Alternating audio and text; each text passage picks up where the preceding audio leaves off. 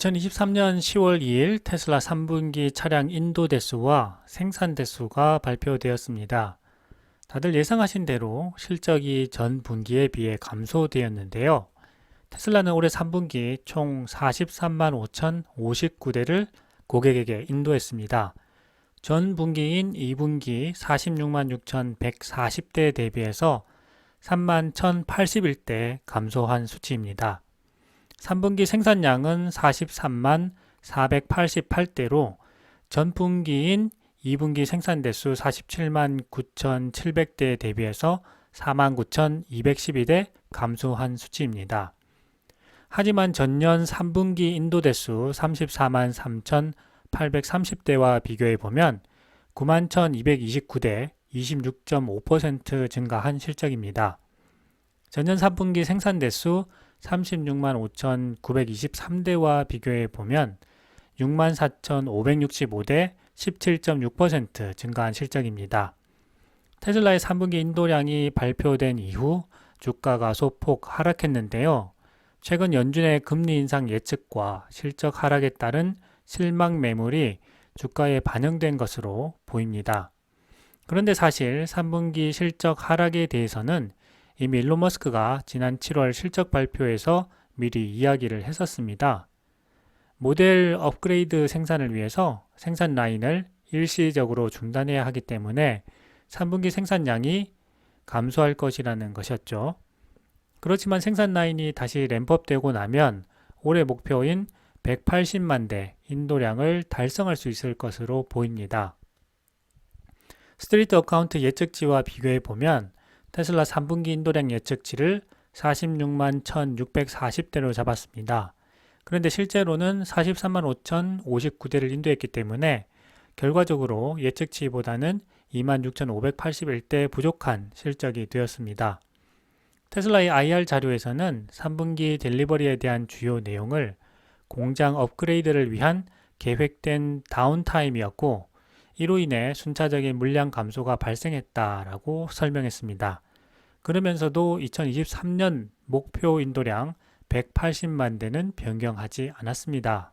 2023년 누계 인도 대수를 살펴보면 1분기에는 42만 2,875대, 2분기 46만 6,140대, 3분기 43만 5,059대로 3분기까지 누적 인도 대수는 132만 4,074대입니다. 연간 목표인 180만 대를 달성하려면 4분기에 47만 5,926대를 달성해야 합니다.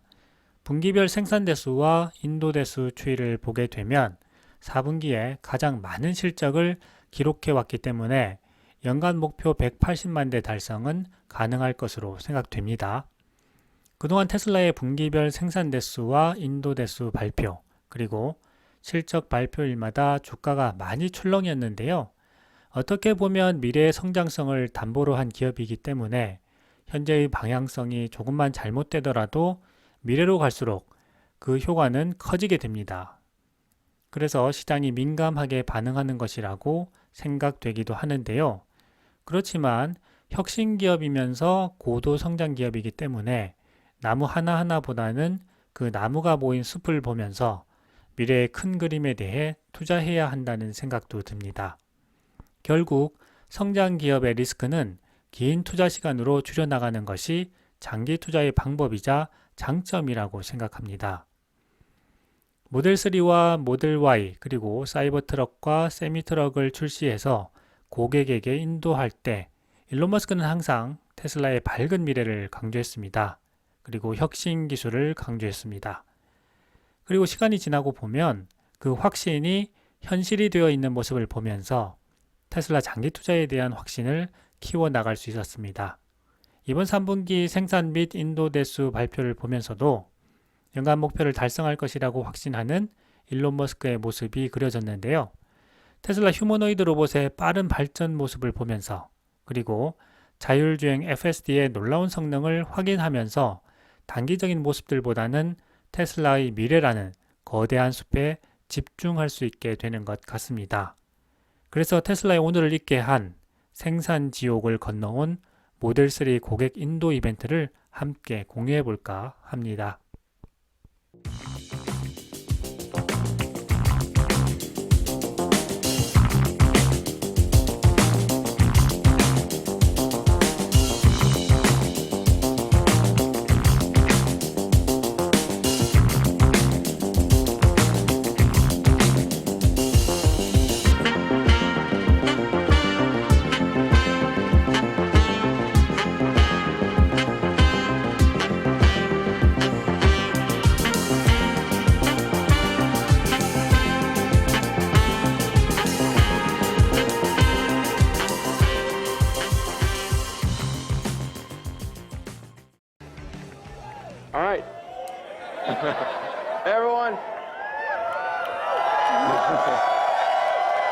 So, for those that are watching this online, just a couple things I want to point out before I go into the presentation. The projector that is producing that image is powered by a Model S. There are no wires. So that is a projector on a Model S with the energy coming from the battery pack, and that is what's producing that image. And that is the factory. Like a lot of people may not realize, that is actually part of the factory. That is not a screen. And the people in the audience are the people that have designed and engineered and built the Model 3.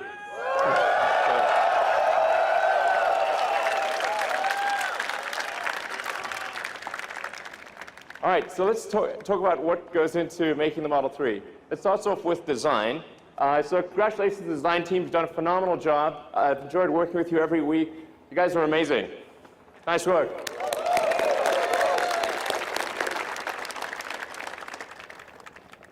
So there are many elements of the design. It's difficult to actually say exactly what makes it good, but except to say that we agonize over every curve, over every detail, every corner, every element of the interior, the exterior, including things that people probably won't even notice. We care about every part of it.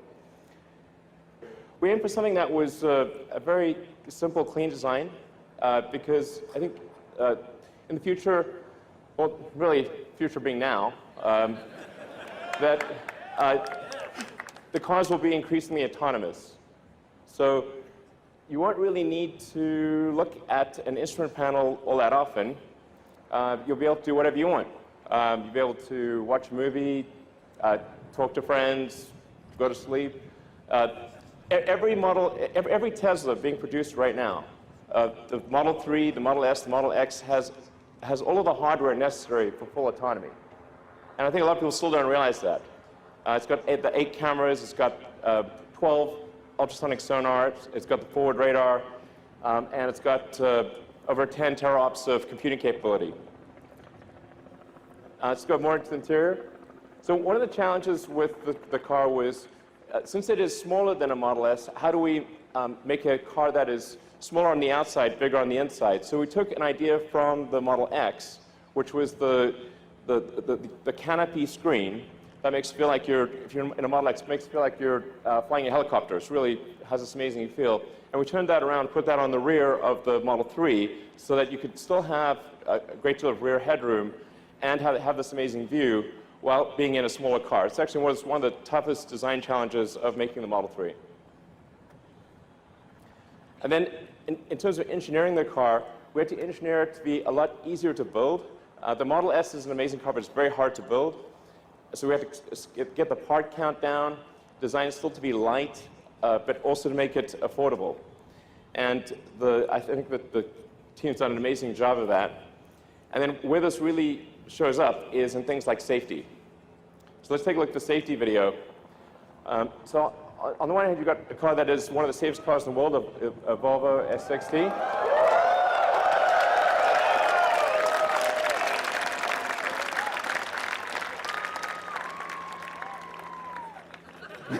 Yeah.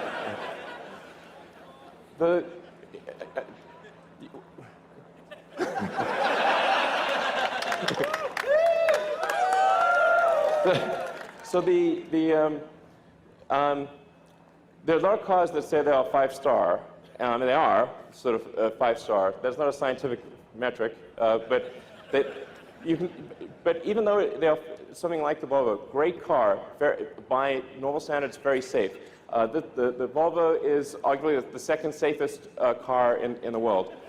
But I think it is obvious which car you would prefer to be in an accident. So the first and foremost for the engineering of the car was safety. Then, in terms of production, the thing that's going to be the major challenge for us over the next 6 to 9 months is how do we build a huge number of cars. And frankly, we're going to be in production hell. Welcome. Welcome to production hell. That's going to be where we are for at least 6 months, maybe longer. But you guys know that, you're veterans. I've been through this. So I look forward to working alongside you, journey through hell. And as the saying goes, if you're going through hell, keep going. Just to give you a sense of the size of the factory, we've got our Fremont car factory, where we are right now, is the second largest footprint building in the world.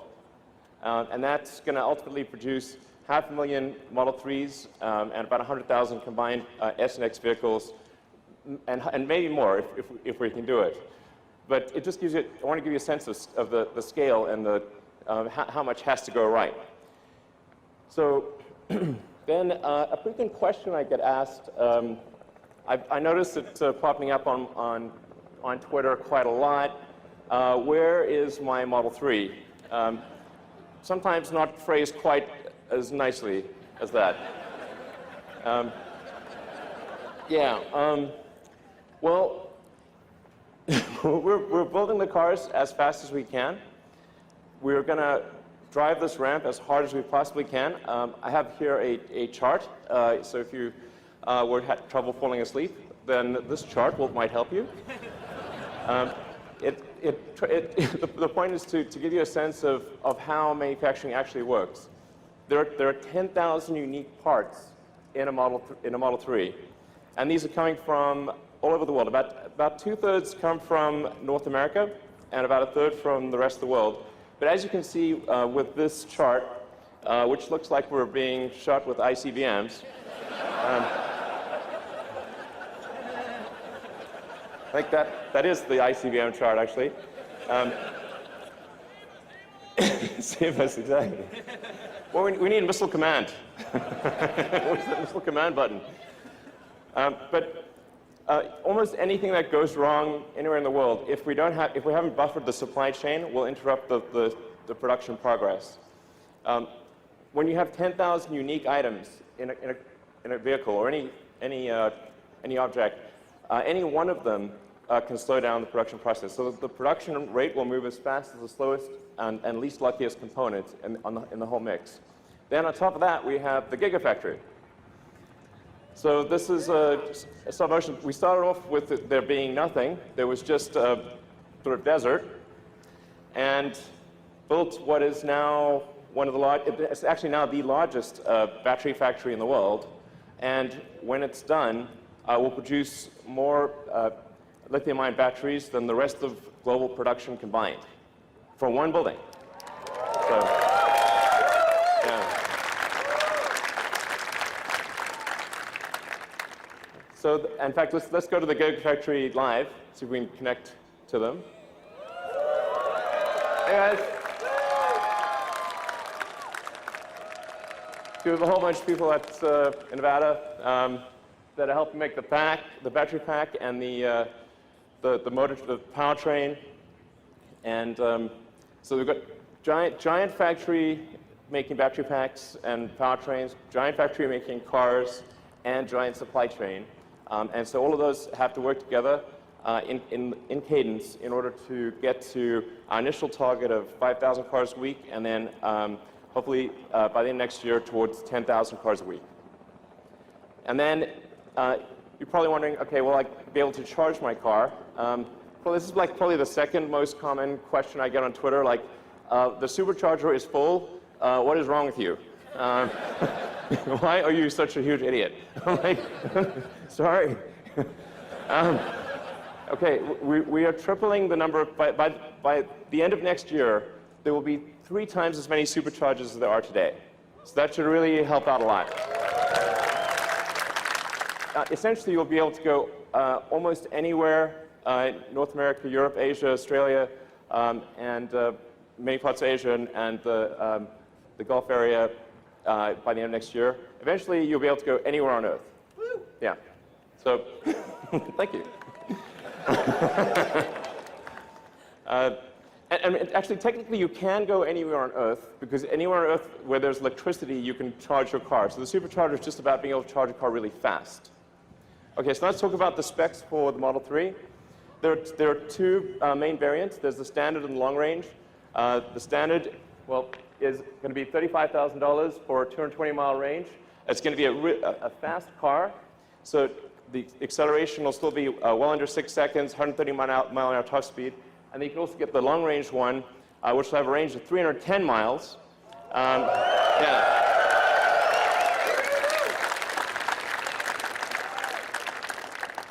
And be about roughly 5 seconds 0 to 60, 140 mile an hour top speed. So it's going to be a really great car. I think you will not be able to find a better car, gasoline or electric, in that price range that is anywhere near as great.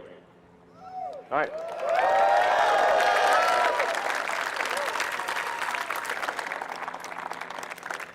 So let's head over some cars. We have the first 30 production cars here being charged right now, right there.